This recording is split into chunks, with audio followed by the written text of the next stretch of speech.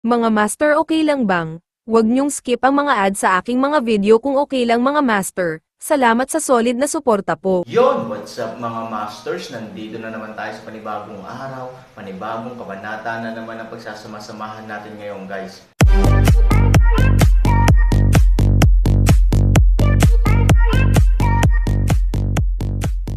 Bali mga masters, kung bago ka pa lang po sa aking YouTube channel, please click the subscribe button, lalong-lalo na po yung notification bell guys, para maging connected pa rin tayo sa isa't isa at maging updated kayo sa mga susunod ko pang video.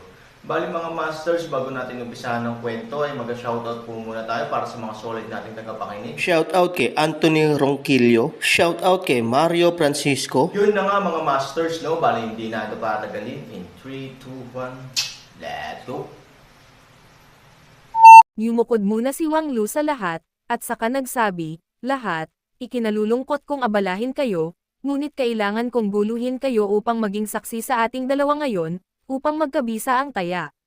Liang Quan was not to be outdone, lahat dito ay mayaman man o maharlika, maraming tao ang mas mataas sa aming dalawa sa katayuan at background ng pamilya, sa iyong patoto, pareho kaming gamaan ang pakiramdam, gayunpaman, mga pangit na salita sa totoo lang, dahil narito ang lahat, kami rin ni Wang Lu ay nagpasya na kung sino man ang maglalakas loob na sumuwi sa taya, mangyaring ipagbawal sila.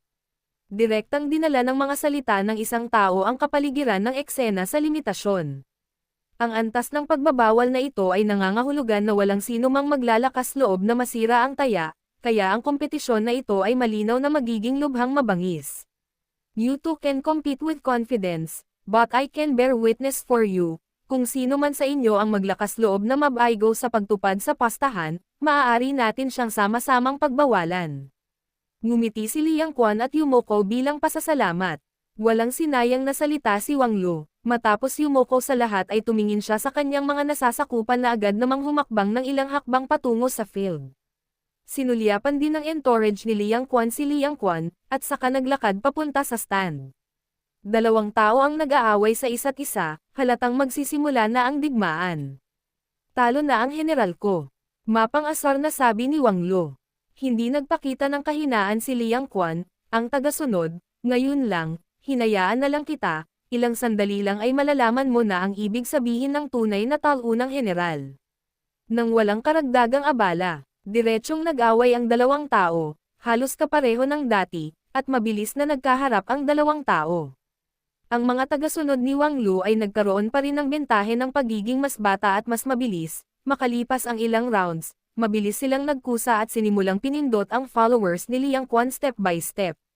Ito rin ay nakahinga ng maluwag sa maraming tao na nagpigil sa kanila. Ang panalo ay laging panalo, at talagang imposibleng matalo sa natalo dahil lamang sa pangalawang hamon. Gayunpaman, ang Han Sanchen at Liang Quan ay kalmado at kalmado. Ang saya ay darating pa.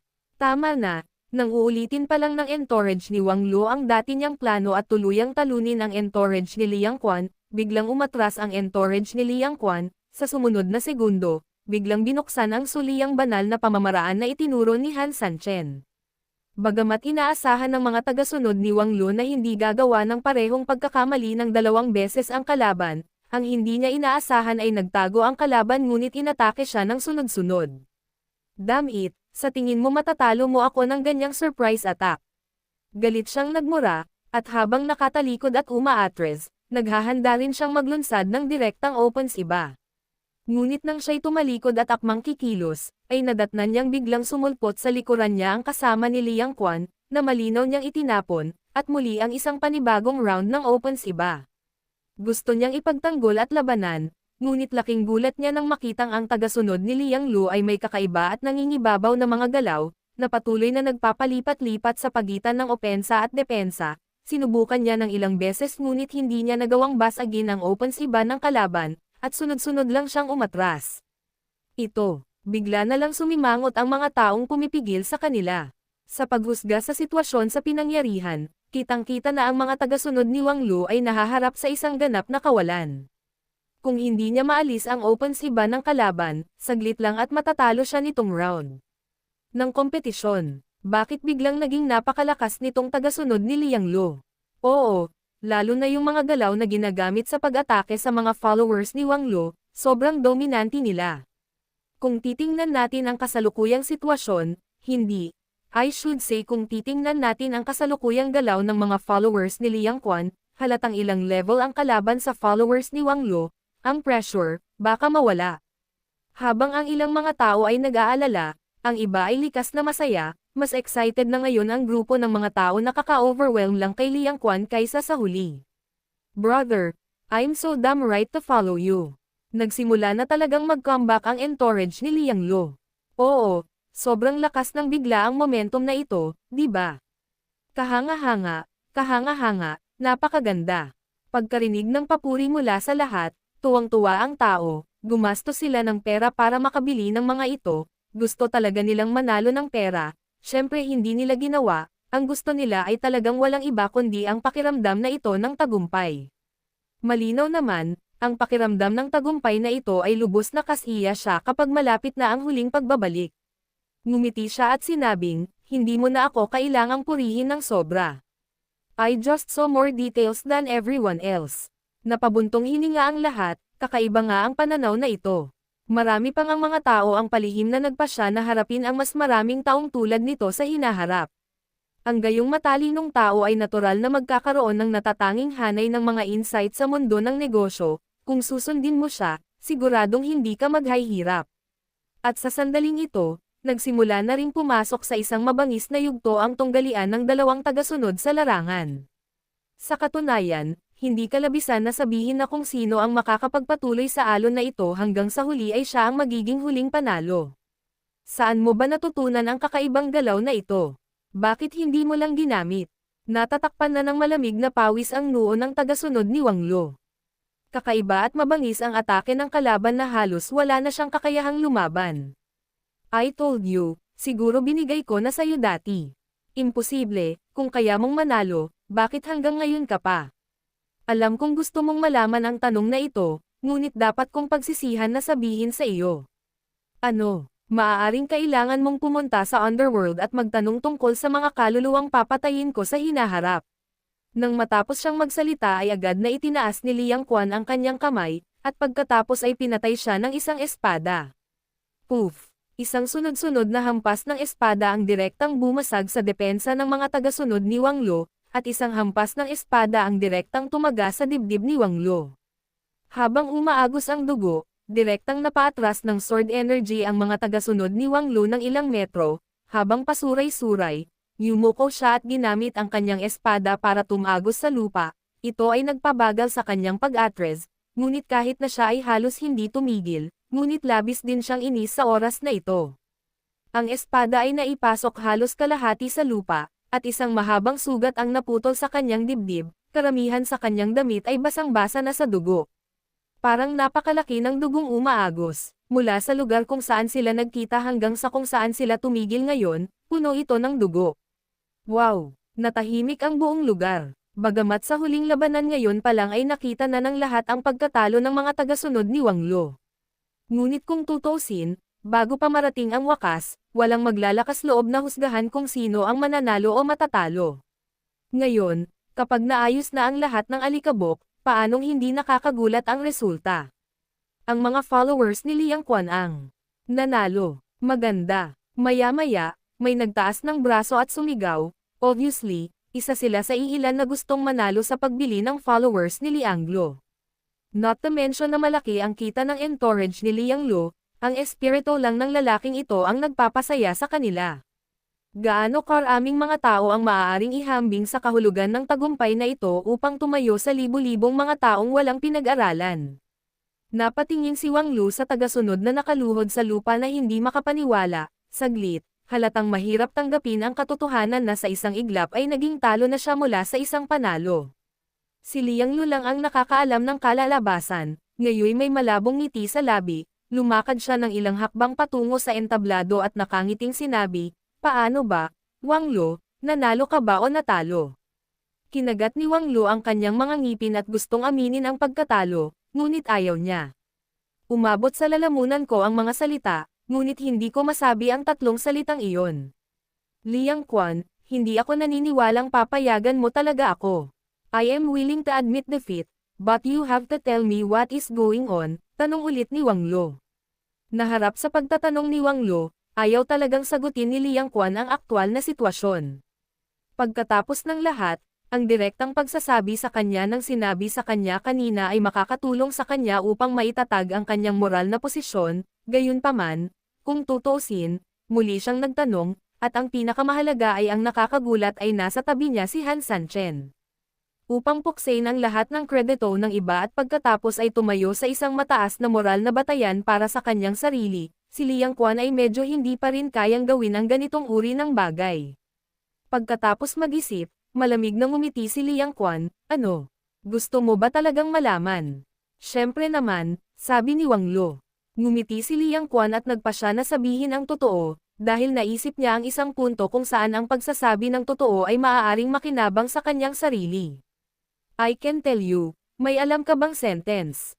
Sabi mo, ang mga nakamitang daw ay tutulungan ng langit, ngunit ang mga nawalan ng daw ay kakaunti ang tulong, si Liang Quan ay hindi talento, kumpara sa iyo, Wang Lo, siya ay higit na mapagmahal at matuwid, sa makatuwid, natural, ang Diyos ay tutulungan ako kapag ako ay nakatagpo ng mga kahirapan, ngumiti si Liang Quan. Ang mga salitang ito, habang ipinahihiwatig ang imoralidad ni Wang Lo, ay pinalaki rin ang sarili, at hindi na kailangang itago ang Han Sanchen sa likod ng mga eksena, para sa Liang Quan, napakaganda ng pagpipiliang ito. Sobrang nanlumo si Wang Lo, na pinagagalitin ng ganito, gusto niya talagang tumayo at pabulaanan, ngunit, alang-alang sa katotohanan, kailangan niyang tiisin, tama na ba ang sinabi mo? Kung sapat na ang sinabi mo, sabihin mo kaagad ang totoo. Ngumiti si Liang Quan, medyo simple lang. Pagkatapos magsalita ni Liang Quan, tumingin siya kay Han Sanchen sa likod niya. Lahat, magpapakilala ako sa inyo, kaibigan itong kilala ni Liang, ang pangalan niya ay Sunayan. Tulad ni Wang Lo, lahat ay puno ng pagdududa sa performance ng entourage ni Liang Quan, ngayong nagsalita na si Liang Quan, natural na sinusundan siya ng mga mata nila. Nang binasa ang pangalan ni Han Sanchen, wala siyang kalabisan na reaksyon, ngumiti lang siya at tumango. Si Kuya So, tulad ni Liang, ay nagmamalasakit sa pakikipagkaibigan, kaya pagkatapos na makita ang sama ng loob ni Liang at Wang Lo sa restaurant, hindi niya magawang magalit, kaya tinulungan niya si Liang na magsagawa ng espesyal na pagsasanay para sa kanyang mga nasasakupan. Sandali lang, mali ito. Sumimangot si Wang Lo, ibig mong sabihin, ang iyong mga tagasunod ay maaaring biglang gawing tagumpay ang pagkatalo dahil binigyan ka ng patnubay ng mahal na kaibigan na ito.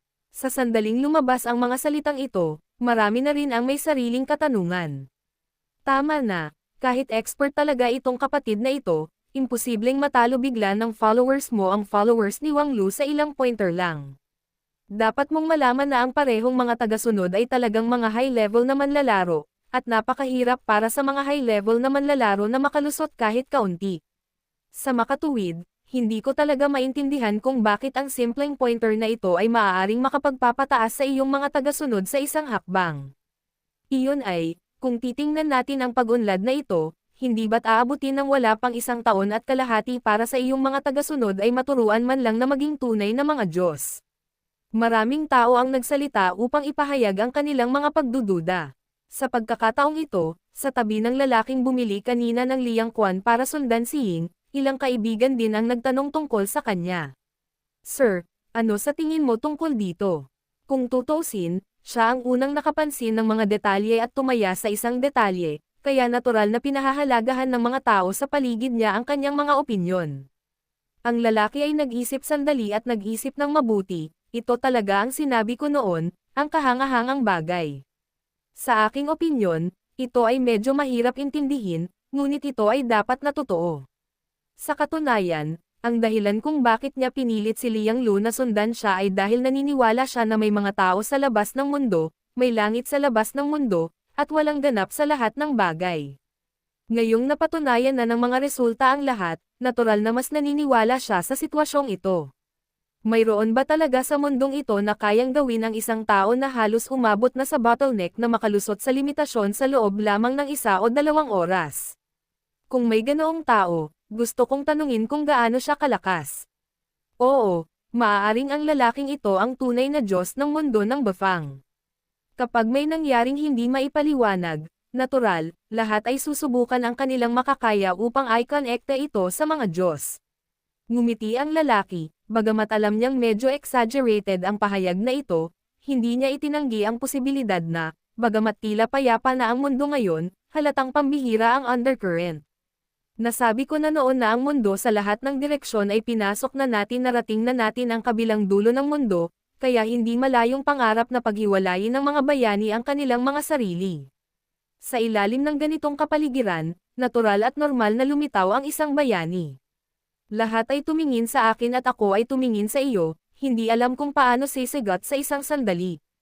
Sa field, tinignan ni Liang Quan ang napakalaking reaksyon ng mga tao sa paligid niya at napangisi ito saglit. Inaasahan na niya ito. Sa katunayan, ito ay normal, kung tutusin, kung hindi niya personal na naranasan ang ganoong bagay, hindi siya maniniwala kung may magsasabi sa kanya tungkol dito. Bagamat alam kong magugulat kayong lahat sa aking sagot, kailangan kong sabihin na ang mga tagasunod ni Liang ay talagang pumailang lang sa langit sa patnubay ni Kuya So. Nakangiting sabi ni Liang Quan. Nagulat na naman ang lahat, napaharap sa ganito kabigat na tanong, pinili pa rin ni Liang Quan na sumagot ng ganito, sa kahalatang halata na ito lang ang posibilidad para sa kanya. Let me go. This. Sino itong Sunayen? Bakit? Bakit hindi mo siya narinig? Oo. At sa murang edad, ito ay medyo mapangahas. Isang grupo ng mga tao ang tumingin kay Han Sanchen at napabuntong hininga sa pagtataka.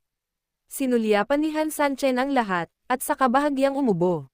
Ang mga salita ay umabot sa puntong ito, at ang mga damdamin ay umabot sa puntong ito. Sa oras na ito, kailangan niyang tumayo at magsabi ng isang bagay, lahat.